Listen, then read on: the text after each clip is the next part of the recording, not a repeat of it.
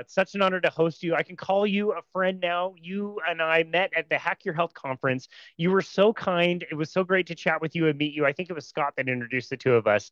And you shared one of the most delicious treats I've ever had in my entire life. I have way too many kitchen gizmos. I'm just like way into all kinds of stuff that I keep in my kitchen. But the next purchase I'm going to make is definitely going to be a dehydrator. You shared some dehydrated steak, and I believe it was dehydrated pork with me. And that was amazing. That was so good. Will you sell me and the listener on why everybody needs to go out and buy a dehydrator? Well, okay. So when I started carnivore 3 years ago, I noticed that times, I don't always have time to cook, or maybe I'm traveling, like I met you at Hack Your Health. I'm always going to have a bag of dehydrated meat with me on the plane, in my hotel room, because you never know. It's hard to get clean meat, and maybe I don't have time to run out and get it. And sometimes I don't have time to cook or things of that nature. So a lot of times I will buy my pork loin at the local butcher. I freeze it, I slice it and frozen, and then I put it in the dehydrator for 12 hours, sprinkle some salt on it, walk away, set the timer, come back, and it's done. And for me, it's been a game changer. Same thing with like purse bacon. That's what we call it, purse bacon.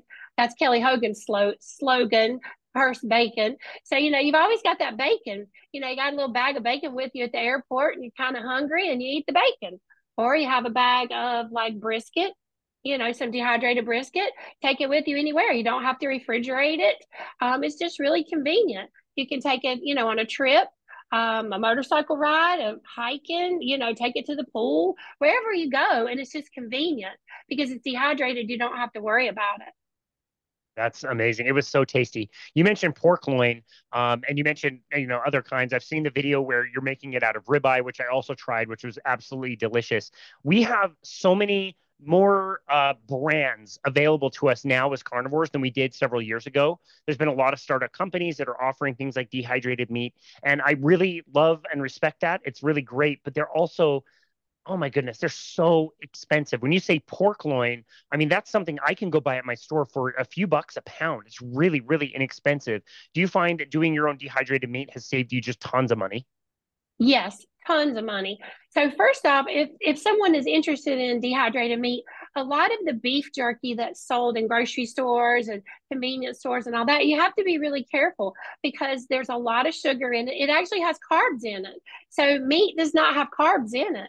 So to buy something like that it's counterproductive for your carnivore lifestyle. But anyway, for mine, like I said, I'll go buy a really large 6 to 8 pound pork loin, the big, huge pork loin. I'll cut it in 3 or 4 chunks.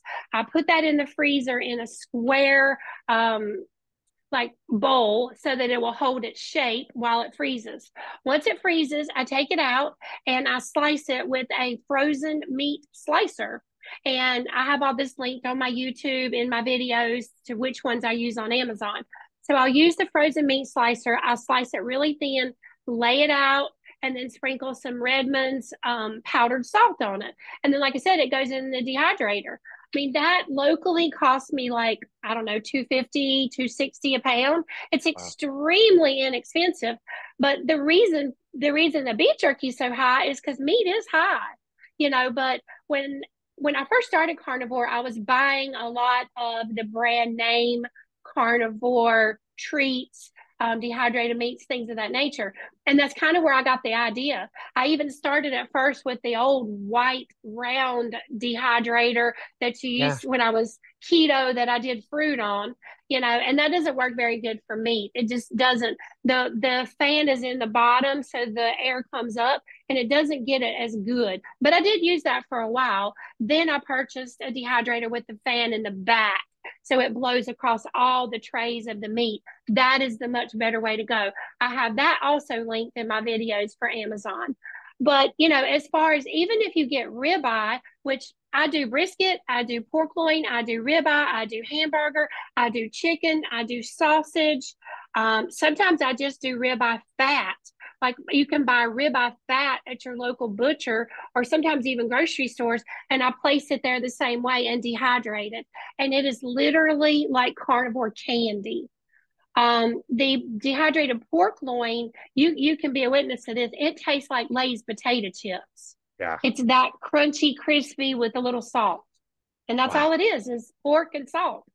Oh my goodness, you're blowing my mind. Yeah, it was so tasty when you gave it to me. And I really do love and appreciate that you put this into a video. I have found this amazing grill that's very much like an auto grill. If you've heard of an auto grill, it's kind of the grill that like Sean Baker will use, where it heats up to like 1500 degrees. It basically puts like the perfect char on a steak. And so for the last like 8, 9 months, I've had like perfect steak basically every single night. It's so delicious. And I've been wanting to put it in a video and show people like how I do it, how I cook it in a sous vide first, and then, exactly how I season it, how I use this grill. It's not very expensive. It was less than 200 bucks. And like for perfect steak every night, like so worth the money. But I just resist it so much. Like I resist making my own videos. I don't think I'm going to make them very good. I don't think anybody's going to want to watch me anyway. So I appreciate that you put it out on an Amazon video. We'll definitely link to that. I did have one more question before I go to the site and order a dehydrator. Is it terribly expensive to get the equipment that you're mentioning, like the dehydrator and the frozen meat slicer? Are those things terribly expensive? Don't quote me, but I'm going to say I think the meat slicer is like $60. Now, keep Okay. in mind, it is manual, it is not electric, and it literally looks like a paper cutter, Oh, like a paper cutter in your office hmm. or schoolroom kind of. It's a called a frozen meat slicer. It's about $60, give or take. The dehydrator that I currently have has all metal trays, and it has like 10 or 11 trays. I don't remember exactly. And I think it was like $189 maybe, give or take. Okay. There again, when you start figuring up eating any of the other carnivore dehydrated meat out here, and I'm not mentioning any names because I love them all. And that was my thing, is I was ordering so much of it from companies that I'm like, this is crazy. I could sit down and devour one bag of pork loin. I mean, well, not pork loin, but ribeye or brisket or even their chicken sliders. I could devour that bag in one sitting, and it's like $35 a bag. And I Yep. mean, that's kind of what got me going on, why don't I try to do this myself? And I did some trial and error with it, and you just need it to be thin. Now, I will tell you this: if you don't have a local butcher, if you can go to Costco, Costco sells thinly sliced New York strip, and they sell thinly sliced ribeye. So if you catch it at your Costco, I don't know how much it is per pound, but you can bring that home, dehydrate it yourself, and still save money. I mean, Yeah. it's not as, like I said, when you get the bags, it's just like buying bags of potato chips when we used to be standard American diet. You buy a bag of potato chips this big and there's this much chips in it. Same way So when you true. buy dehydrated meat or beef jerky.